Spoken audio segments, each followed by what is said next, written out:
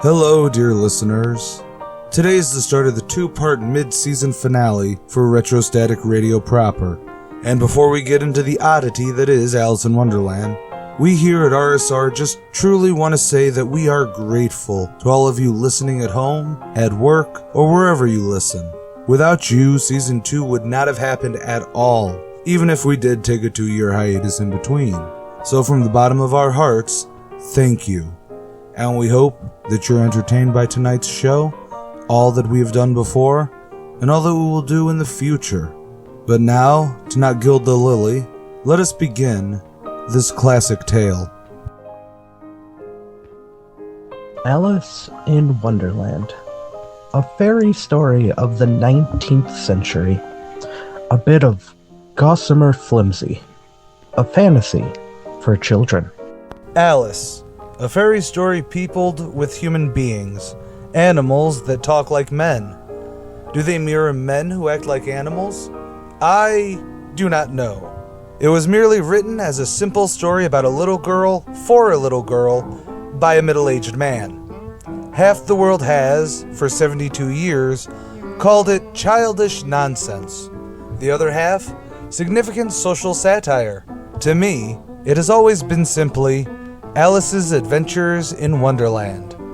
Alice in Wonderland.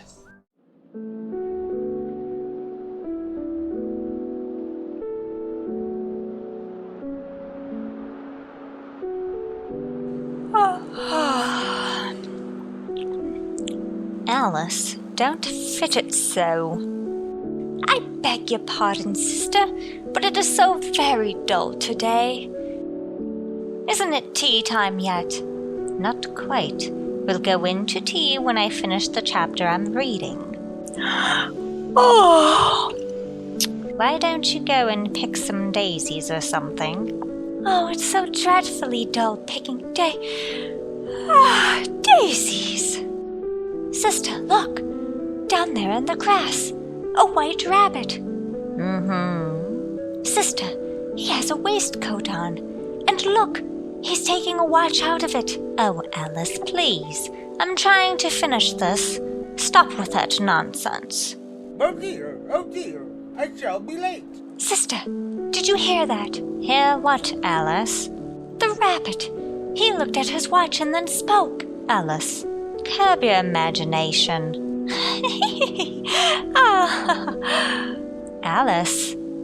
Alice, come back here. Where are you going? I've got to see that rabbit again. I'll be right back. Oh dear, he just popped into that hole under the hedge. But it's such a very large rabbit hole. Perhaps I could squeeze through. There, I can still see him. He's down at the end. Oh, I must hurry. I must. Oh! I'm falling! I'm falling!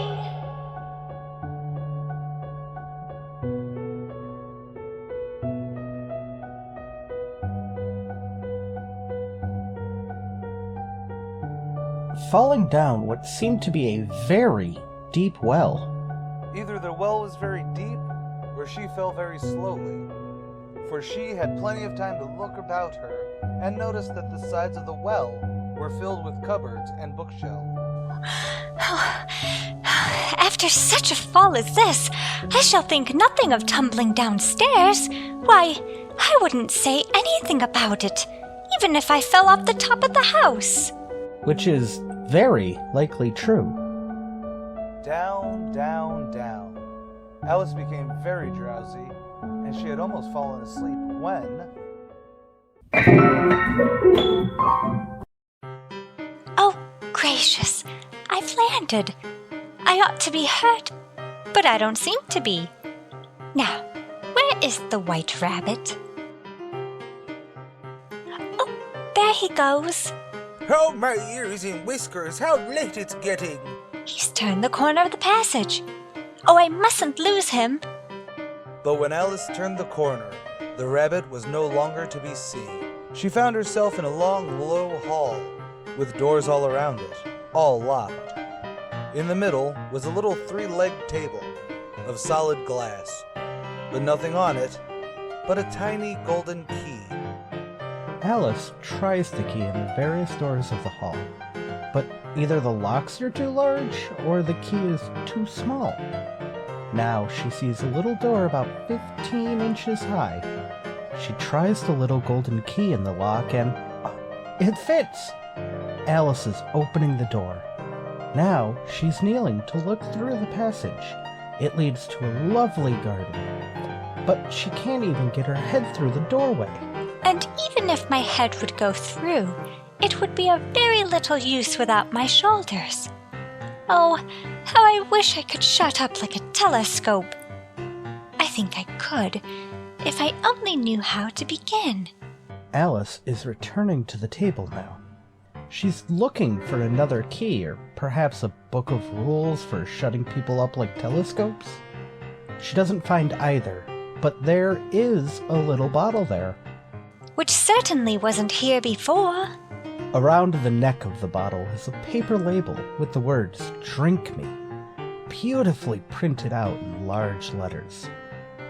Drink me. Now, I'll look first and see whether it's marked poison. But the bottle was not marked poison, so Alice ventured to taste it, and finding it very nice. It has, in fact, a sort of mixed flavor of cherry tart, custard, pineapple, roast turkey, toffee, and hot buttered toast. She very soon finished it off. What a curious feeling. I must be shutting up like a telescope. She is shrinking. She's now only 10 inches high. She's about the size to go through the door into the lovely garden, though. She's a little nervous, afraid she might shrink too far.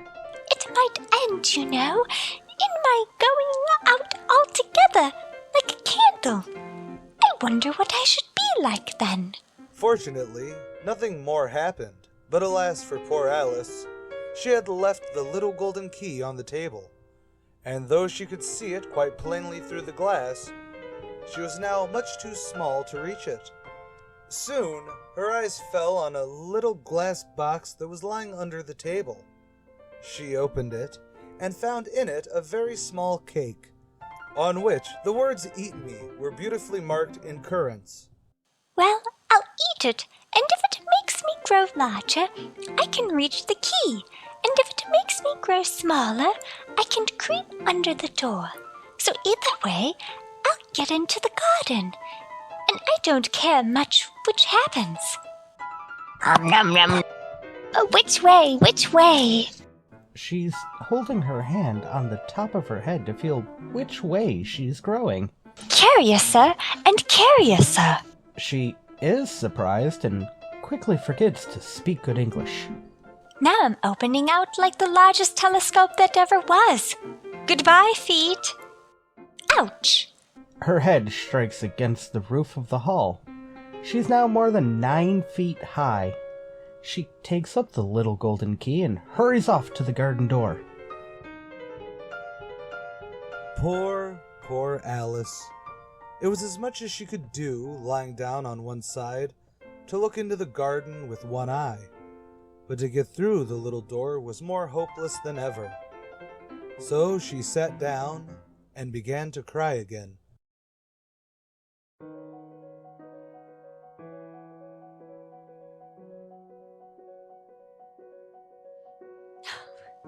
Oh. You ought to be ashamed of yourself. A great big girl like you to go crying like this. Stop this moment, I tell you. Oh. But she went on just the same, shedding gallons of tears, until there was a large puddle around her, about 4 inches deep, and reaching halfway down the hall. After a time, she heard a little pattering of feet in the distance, and she hastily dried her eyes as the white rabbit returned. This time, splendidly dressed, with a pair of white kid gloves in one hand and a large fan in the other. He came trotting along in a great hurry, muttering to himself as he came.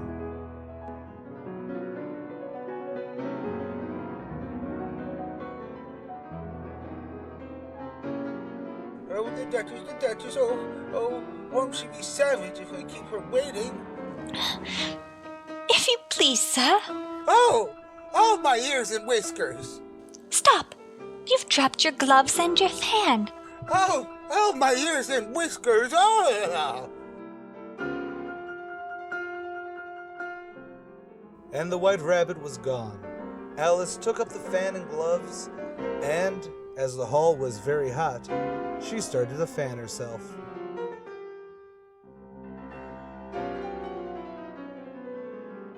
Gracious, I must be growing small again. I am. Now I'm only 2 feet high. I shall go out altogether. It must be the fan.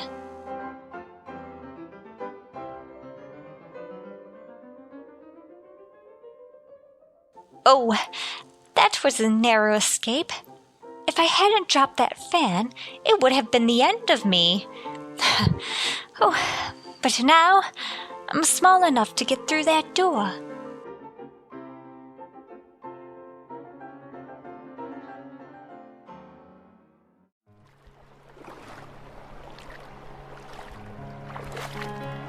And Alice finds herself up to her chin in salt water, swimming around in the pool of tears she had wept when she was 9 feet high.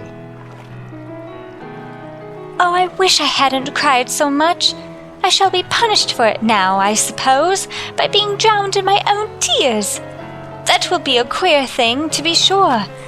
However, everything is queer today. Oh, what is that? Behind me. Oh, what a fearful racket. It must at least be a walrus or a hippopotamus. Oh no, I've forgotten how small I've grown. It's only a mouse. But it is bigger than I am. Oh, mouse, do you know the way out of this pool? I'm very tired of swimming about here. Oh, mouse! Perhaps it doesn't understand English. I dare say it's a French mouse, come over with William the Conqueror. Oui, machette? The first sentence in Alice's French book. Translation? Where is my cat? The mouse doesn't seem to like the reference in English or in French. Oh, I beg your pardon. I quite forgot you didn't like cats. I like cats. Well, would you like cats if you were me? But I do wish I could show you our cat, Dinah. She's such a capital one for catching mice. Eek! Oh, I do beg your pardon. We won't talk about her anymore if you'd rather not. We indeed. As if I would talk on such a subject. Our family always hated cats. Nasty, low, vulgar things. Don't ever let me hear the name again. I won't indeed. I promise. Well, very well then. Let us go to the shore and I'll tell you my history. And you'll understand why it is that I hate cats. It was high time to go, for the pool was getting quite crowded with the birds and the animals that had fallen into it. There were a duck and a dodo, a lory and an eaglet, and several other curious creatures. Alice led the way, and the whole party swam ashore. They are indeed a queer-looking party as they assemble on the bank. The birds with draggled feathers, the animals with their fur clinging closely to them, and all dripping, wet, and cross, and uncomfortable. The first question, of course, is how to get dry again. And an argument ensues, which the dodo, who seems to be a person of some authority, finally ends. Quiet, all of you!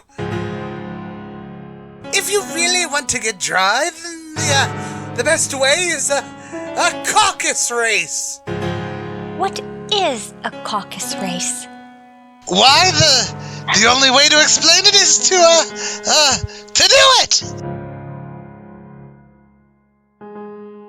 And as you might like to try the thing yourself, some winter day, I will tell you how the dodo managed this. First, it marked out a race course, in sort of a circle. Though it said the exact shape doesn't matter. True. And then everybody was placed along the course here and there. There was no 1, 2, 3, and away, but they began running where they liked and left off when they liked, and that it was not so easy to know when the race was over, just like what that sentence meant. However, when they had been running half an hour or so, the dodo suddenly called out again. The race is over! But who won? Oh, no. Just a minute, let me think. Everybody has won. And all must have prizes.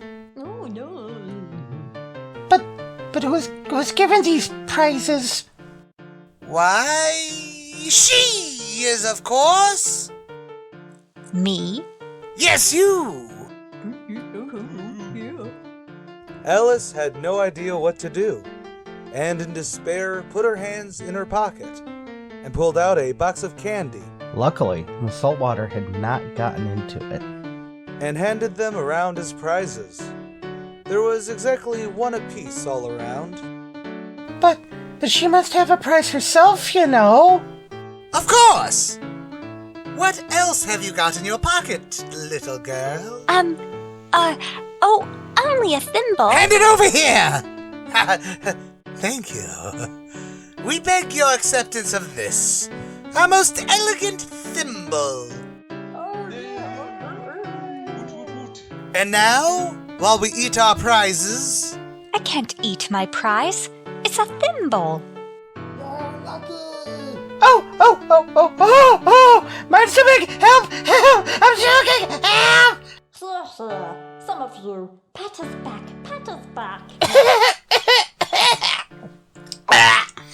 Thank you. There.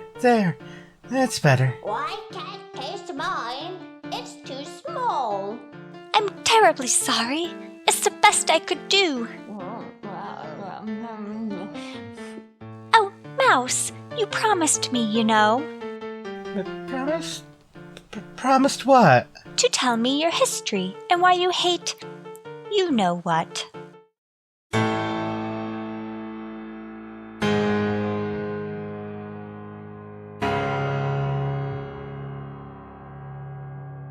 Oh, mine is a long and sad tale. Oh, woe is me.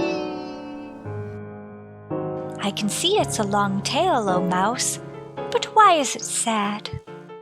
You insult me by talking such nonsense! Oh, I really meant nothing. But you're so easily offended, you know? I'm afraid. I am very much afraid that you are a waste of time! Oh, please come back and tell us your story. What a pity he wouldn't stay. I wish our Dinah were here. She'd soon fetch it back. Who's Dinah, if I may venture to ask the question? Dinah's our cat, and she's a capital one for catching mice. And, oh, I wish you could see her after the birds. Why, she'd eat a little bird as soon as look at it, and...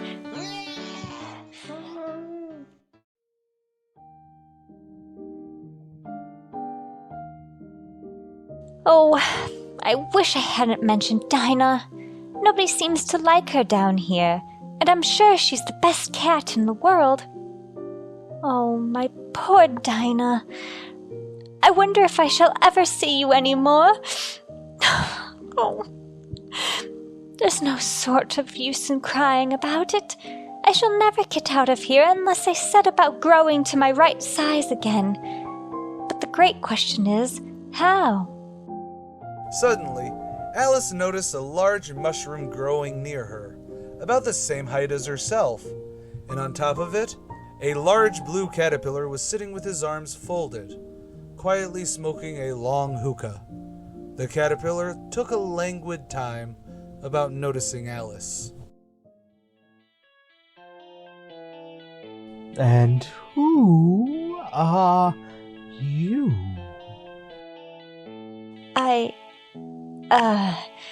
I hardly know you, sir, just at present. At least I know who I was when I got up this morning. What do you mean by that? I can't explain myself, I'm afraid, sir, because I'm not myself. You see?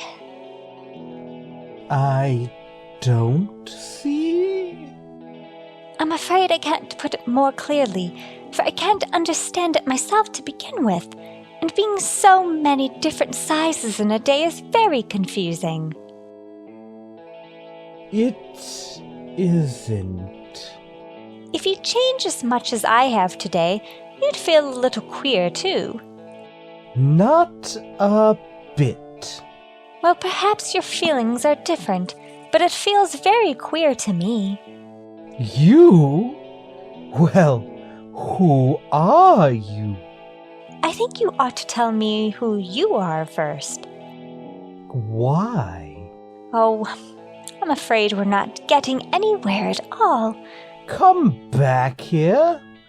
I've something important to say. Well, what is it? Keep your temper.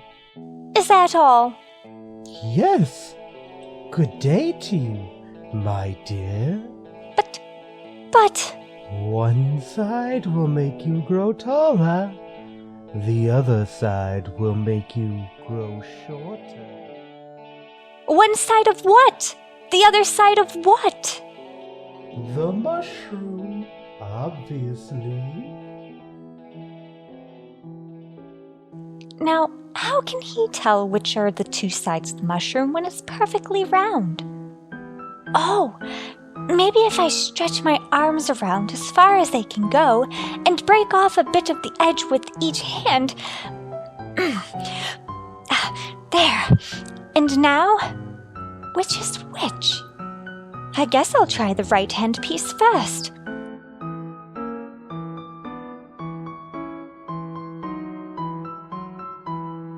Oh, I'm getting smaller so quick. My chin hit my foot. I have to eat some of the left-hand piece right away. Oh, it is so hard to get my mouth open. There. As she grew larger, she saw, across the top of the mushroom, a little house about 4 feet high. I can never visit that lovely place if I grow to my full size, so I'd better stop here. She is nibbling a little on the right-hand piece. Now a quick nibble on the left-hand piece. She is now established at 9 inches.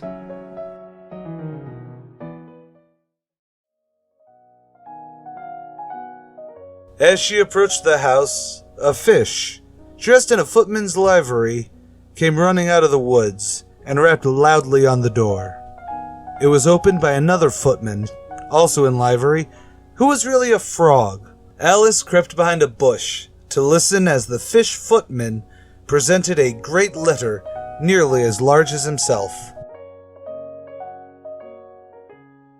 For the Duchess, an invitation from the Queen to play croquet. From the Queen, an invitation for the Duchess to play croquet. They both bowed, and the curls of their white wigs got entangled together. Alice laughed so much at this that she had to run back into the woods for fear of them hearing her. And when she peered out, the fish footman was gone, and the frog footman was sitting on the ground near the door, staring stupidly up to the sky, as frogs want to do. Alice went up to the door and knocked. There's no no sort of use in knocking, and that's for 2 reasons. First, because I'm on the same side of the door as you are, and second, because they're making so much noise inside that no one could possibly hear you. Please then, how am I to get in? There might be some sense in your knocking if we had the door between us. For instance, if you were inside, you might knock and I might let you out, you know. But how am I to get in? I shall sit here till tomorrow, or the next day maybe. How am I going to get in? You to get in at all? That's the first question, you know. It's really dreadful the way all you creatures argue. It's enough to drive one crazy. I shall sit here, on and off, for days and days. But what have I to do? Anything you like. Then I'll go in. Okay. The door leads into a large kitchen. It's full of smoke. The Duchess is sitting on a 3-legged stool, nursing a baby. The cook is stirring a large cauldron of soup, and she throws pepper into it by the shakerful. A large cat is lying on the hearth, grinning from ear to ear. He doesn't sneeze. Neither does the cook. But everyone else does. Would you tell me why your cat grins like that? It's a Cheshire cat, that's why. Pig? Were you speaking to me? No! I was speaking to the brat. Oh. Take this and that and one of these. Oh, be careful. What are you throwing the pots and pans at the baby for? That happens every afternoon at 4 o'clock. Please mind what you're throwing, cook. Be careful. Don't. Oh! There goes his precious little nose. Speak roughly to your little boy. And beat him when he sneezes. He only does it to annoy. Because he knows it teases. Here, you may nurse it a bit if you like. Catch! Oh! Please don't throw babies. Please. I nearly dropped it. I must go and get ready to play croquet with the Queen. Take that, you toad. The rat missed her again. If I don't take this child away with me, they're sure to kill it in a day or 2. It would really be committing murder to leave it behind. Oh, don't squeal, my dear. That's not at all the proper way of expressing yourself. If you're going to turn into a pig, my dear, I'll have nothing more to do with you. Mind now. Now, what am I going to do when I get this creature home? I guess there'll be no taking you home. You'll be happier out there in the woods. Run on, then. If it had grown up, it would have made a dreadfully ugly child. But it makes rather a handsome pig, I think. And she began thinking over other children she knew who might do very well as pigs, when she was a little startled to see the Cheshire Cat sitting in the bough of a tree just a few yards away.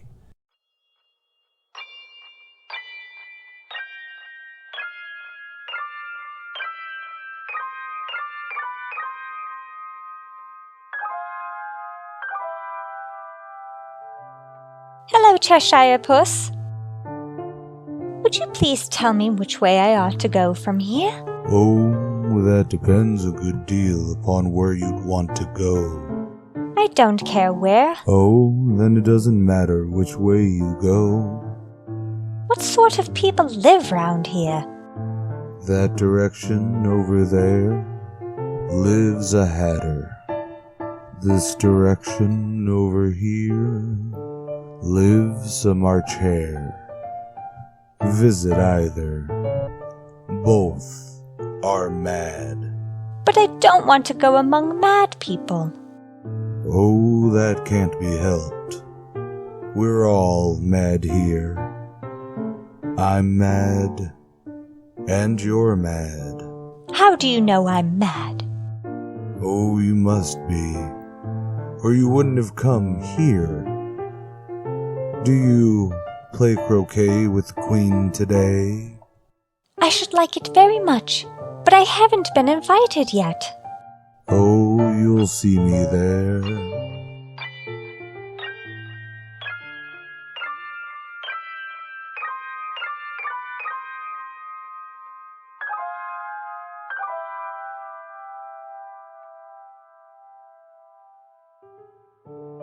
Well, he's disappeared into thin air. No, wait. Here he comes back. By the by. What became of the baby? I nearly forgot to ask. It turned into a pig. Yes, I always suspected it would.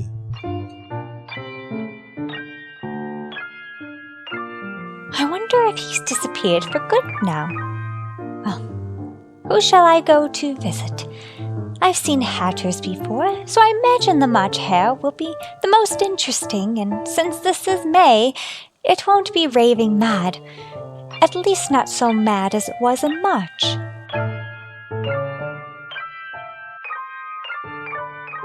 Now, did you say pig or fig? Pig! All right.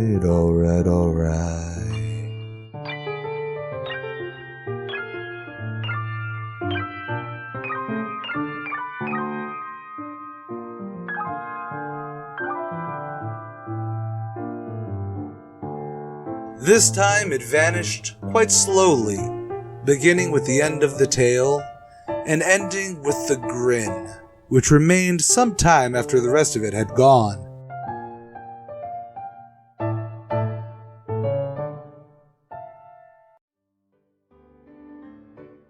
And so we fade away from the first half of the retrostatic radio dramatization of the Columbia Workshop dramatization of Alice in Wonderland. Next week at this same time, the retrostatic radio players return with the second half of this immortal classic, wherein Alice visits a mad tea party, the Queen's croquet game, the Mock Turtle's story, the Lobster Quadrille, and the exciting climax where all of Wonderland attends the trial to determine who stole the tarts. And then, our little show shall be on a hiatus, to rest our wonderful voice actors, and to let AJ wear the hats he needs to for all the wonders to come for the next half. But please, listen to our backlog of episodes, and if you feel in a giving mood, support the channel via Ko-fi. We do have some nice rewards, and the biggest one right now for any supporter, one time or monthly, the table reads for all of Season 2, outside of a couple episodes, are up for a listen. Even now, the Alice in Wonderland table reads, Parts 1 and 2, are available at no cost. Now, we hope to see you next week. I've been AJ Carey, good night, and God bless.